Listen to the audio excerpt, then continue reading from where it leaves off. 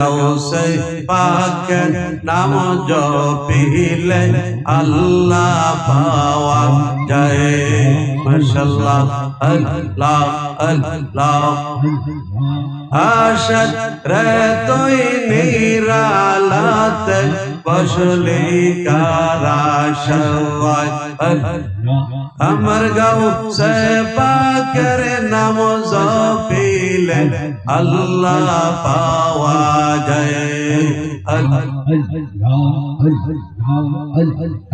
গাউসে পাকের এমক নঈশান চরকে দইরা কত বানাওয়ান।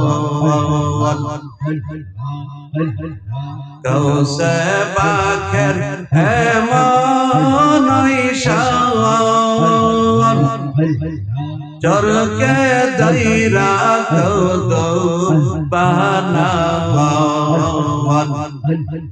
বেলা এতের পাওয়ার দিলে, বেলা এতের পাওয়ার দিলে আলি হইয়া যাও। আমার গাউসে পাকের নাম জপিলে আল্লাহ পাওয়া যায়। আশাত রে তুই নিরালাতে বসলি কারা সওয়াই। আল্লাহ মাশাআল্লাহ, আল্লাহ আল্লাহ। আমার গাউসে পাকের নাম জপিলে আল্লাহ পাওয়া যায়। লা ইলাহা ইল্লাল্লাহু মুহাম্মাদুর রাসূলুল্লাহ সাল্লাল্লাহু আলাইহি ওয়াসাল্লাম। বালাগাল উলা বিকামালিহি কাশাফাত দুজা বিজামালিহি আসনাতু জামিউ খিসালিহি সাল্লাল্লাহু আলাইহি ওয়া আলিহি। গাউসে পাকের স্মরণে দরিয়াদৌলত দক্ষিণ কান্দাপাড়া যুব সমাজের উদ্যোগে ষষ্ঠতম ঐতিহাসিক সুন্নি মহাসম্মিলন। আজকের এই মহতী সুন্নি মহাসম্মিলনের সম্মানিত প্রধান অতিথি কৃষিবিদ মেহেদী হাসান পলাশ, যুগ্ম সাধারণ সম্পাদক কেন্দ্রীয় কৃষক দল, সহসভাপতি ব্রাহ্মণবাড়িয়া জেলা বিএনপি, সভাপতি বাঞ্ছারামপুর উপজেলা বিএনপি, আজকের মাহফিলের সম্মানিত শ্রদ্ধাভাজন সভাপতি জনাব মোহাম্মদ নুরুল ইসলাম খান, সাবেক চেয়ারম্যান ৩ নং দরিয়াদৌলত ইউনিয়ন পরিষদ, আজকের এই মাহফিলের প্রধান মেহমান SHZ শুকরি সেলিম চিশতি, সাংগঠনিক সম্পাদক বাঞ্ছারামপুর উপজেলা বিএনপি ও সাবেক সাধারণ সম্পাদক বাঞ্ছারামপুর উপজেলা যুব দল। আজকের মাহফিলের বিশেষ অতিথি বৃন্দ, আজকের মাহফিলের প্রধান আলোচক, প্রধান বক্তা, সারা বাংলার আলোড়ন সৃষ্টিকারী তরুণ উদীয়মান বক্তা মাওলানা হাবিবুর রহমান রিজভী, খলিফা রিজভিয়া দরবার শরীফ। আজকের মাহফিলের বিশেষ বক্তা কারি মুফতি আবুল বাশার হাক্কানি সাহেব, টাইটেল ফারেক জামিয়া আহমদিয়া সুন্নিয়া আলিয়া মাদ্রাসা চট্টগ্রাম। আজকের মাহফিলের বিশেষ আকর্ষণ দরিয়াদৌলত কান্দাপাড়া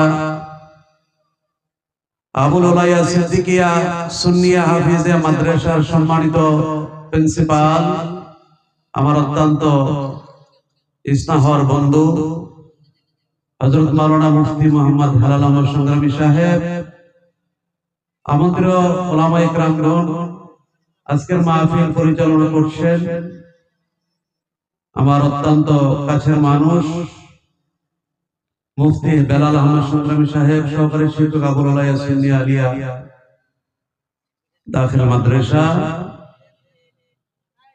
আজকের মাহফিল সার্বিক সহযোগিতা আছেন আমার ভাই মোহাম্মদ রাকিবুল ইসলাম রেজভী, প্রবাসী দরিয়াদুল কান্দাপাড়া। আমার পূর্বে যিনি আলোচনা করেছেন আমার বন্ধুবর মাওলানা হাফেজ আল আমিন আবুল উলাই সাহেব অল্প সময়ের কারণে আলোচনা করতে পারেন নাই, তারপরও অল্প সময়ের ভিতরে সুন্দর আলোচনা করেছেন। সকলে বলেন আলহামদুলিল্লাহ। আমরা মহান রব্বুল আলামিনের দরবারে অগণিত শুকর ও সুজুদ যে আল্লাহ তাআলা আমাদেরকে আজকে এই মুহূর্তে ঐতিহাসিক সুন্নি মহাসম্মেলনে আশা এবং বসার তৌফিক যে মনিব করে দিলেন, আমরা ওই মনিবের দরবারে মনিবের শেখানো ভাষায় মনিবের দেওয়া জবান দিয়ে আমরা সকলে পড়ে নিচ্ছি কালেমাতে শুকর আলহামদুলিল্লাহ। আপনারা আজকের মাহফিল আসতে পেরে খুশি? কথা বলে না খুশি? তাহলে জোরে বলুন আলহামদুলিল্লাহ। কারণ আমাদের মতন অনেক মানুষ রাস্তাঘাটে, হাটে বাজারে, দোকানপাটে, ঘরের বিছানায়, হাসপাতালের বেডে, কথা বলেন ঠিক কিনা? আল্লাহ তাআলা আমাদেরকে মায়া করে মোহাব্বত করে জান্নাতের বাগানে আসার তৌফিক দিয়ে করে দিয়েছেন। সেজন্য আবারও আল্লাহ রাব্বুল আলামিনের দরবারে শুকর গুজার করে আলহামদুলিল্লাহ। লক্ষ কোটি শুকর আল্লাহ রাব্বুল আলামিনের দরবারে যে আল্লাহ তাআলা আমাদেরকে আজকে জান্নাতি পরিবেশে বসার ব্যবস্থা করে দিয়েছেন। কথা বলেন ঠিক কিনা? লক্ষ কোটি দুরুদ ও সালাম সৃষ্টির প্রধান আকর্ষণ দো জাহানের বাদশা নবী শামসুল হিদায়াত বাদরুদ্দোজা সিদ্দিকুস সাকানাইন ইমামুল মুরসালিন আফতাবে নবুয়ত শাহিন শাহ রিসালাত হুজুর আকরাম হুজুর পুরো নূর সাল্লাল্লাহু আলাইহি ওয়াসাল্লামের উপর যিনি আজ থেকে প্রায় ১৫০০ বছর আগে আমাদের মাঝে আগমন করে পথহারা মানুষগুলোকে পথের সন্ধান দিয়েছেন, জাহান্নামী মানুষগুলোকে জান্নাতের পথ দেখিয়েছেন, পথহারা মানুষগুলোকে ইসলামের সুশীতল ছায়ার নিচে আসার ব্যবস্থা করে দিয়েছেন, আমাদের জন্য কেঁদেছেন, এখনো রওজা মোবারকে শুয়ে শুয়ে উম্মতের জন্য কাঁদেন। কথা বলেন ঠিক কিনা? ওই নবীর উম্মত হতে পেরে খুশি না বেজার? সমস্ত নবীর আল্লাহর কাছে দোয়া করেছেন ওই নবীর উম্মত হওয়ার জন্য। আল্লাহ তাআলা আমাদেরকে বিনা দরখাস্তে ওই নবীর উম্মত করে দুনিয়াতে প্রেরণ করেছেন। সেজন্য আবারও আল্লাহ রাব্বুল আলামিনের দরবারে শুকর গুজার করে আলহামদুলিল্লাহ। আজকের এই মাহফিলটা কোনো সাধারণ মাহফিল নয়, যাকে বলা হয় বড় পীর।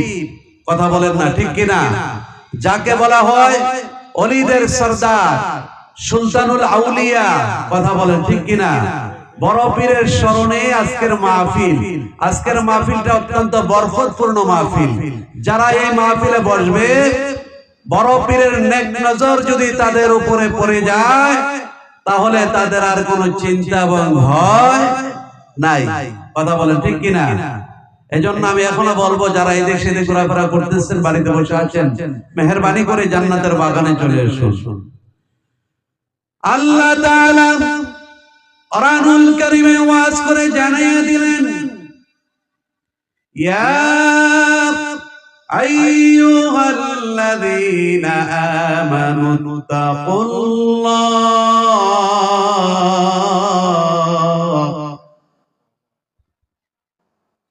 হে ঈমানদারগণ, তোমরা আল্লাহ তাআলাকে ভয় করো যেইভাবে আল্লাহ ভয় করার জন্য বলেছেন।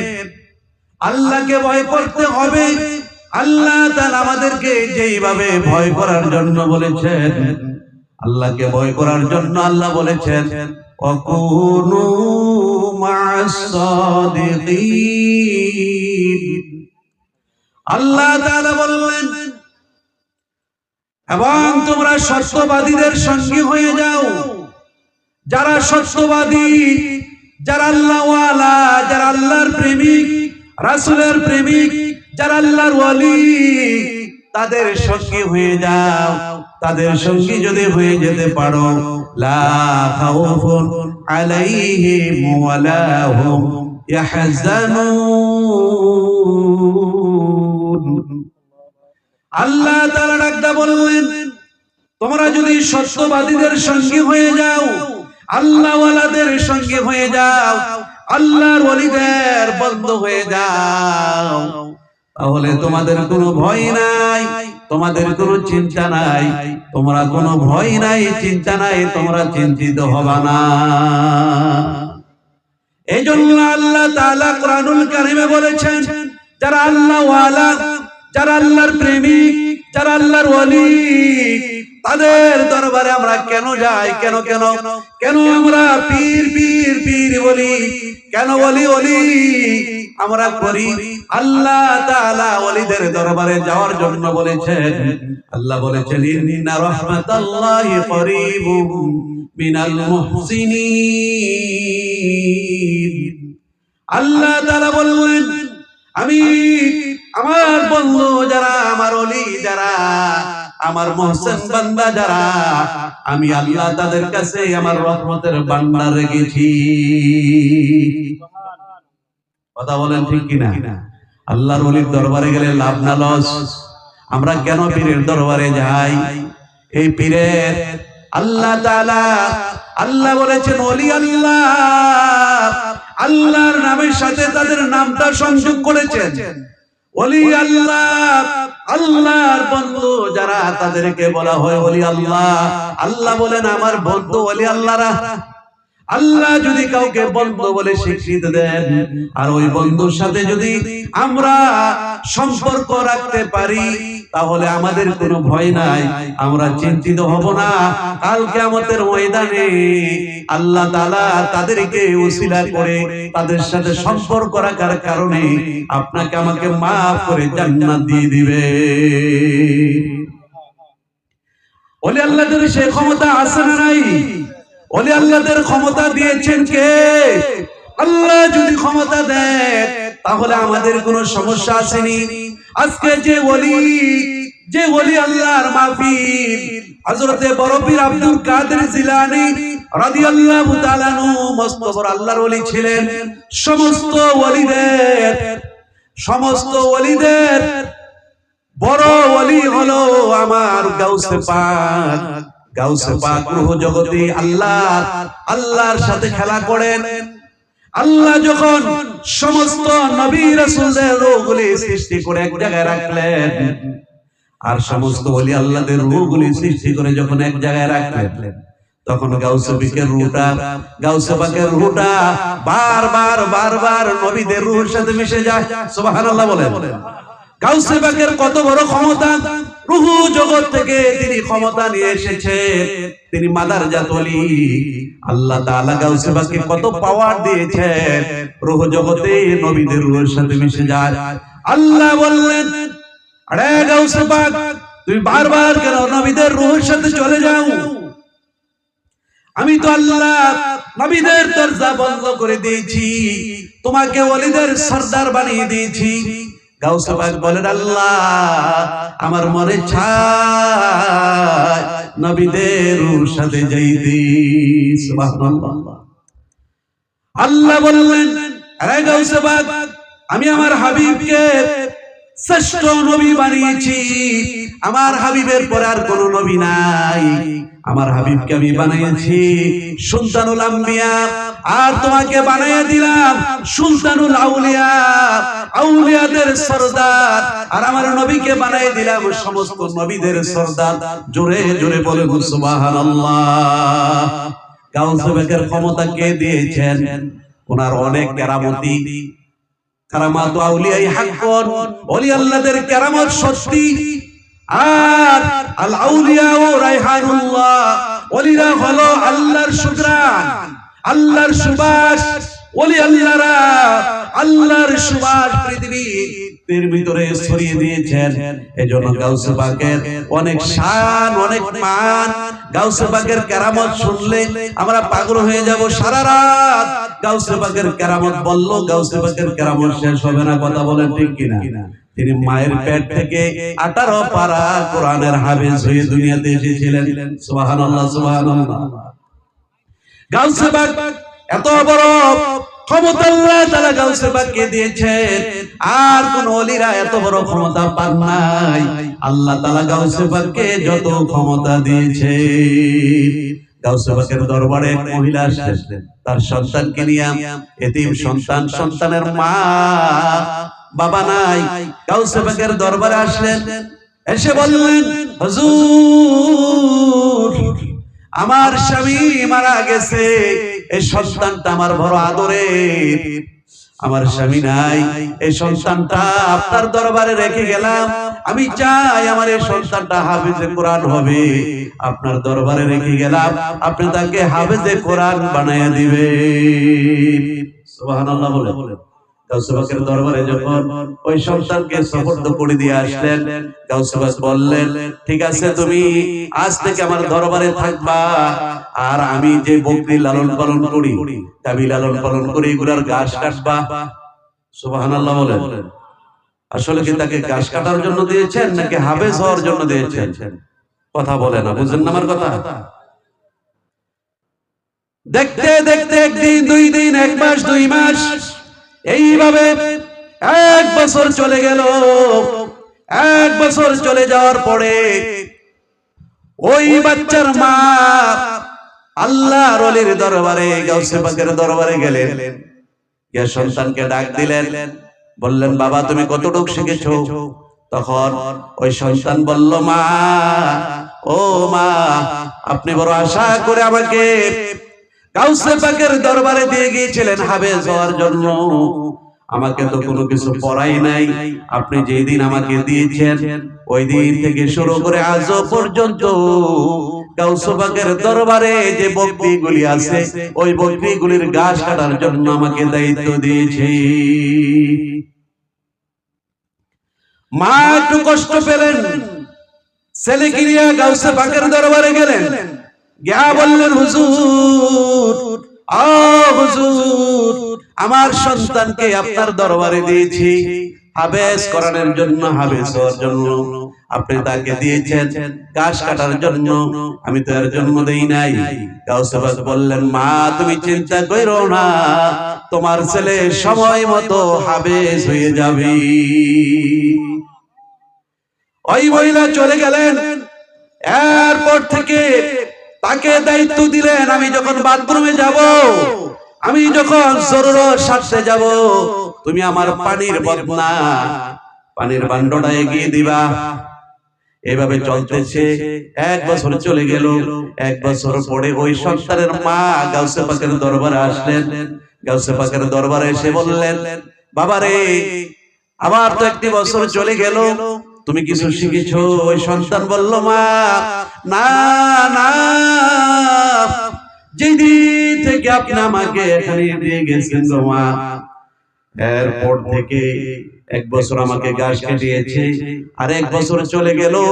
হুজুর যখন জরুরত করার জন্য যাইতেন, আমি পানি আগিয়ে দিতাম। মার মনটা খারাপ হয়ে গেল। গাউসে পাকের দরবারে গেলেন, গিয়া বললেন, হুজুর আমার সন্তানকে আর রাখবো না, নিয়ে যাব। কেন গো মা, কেন?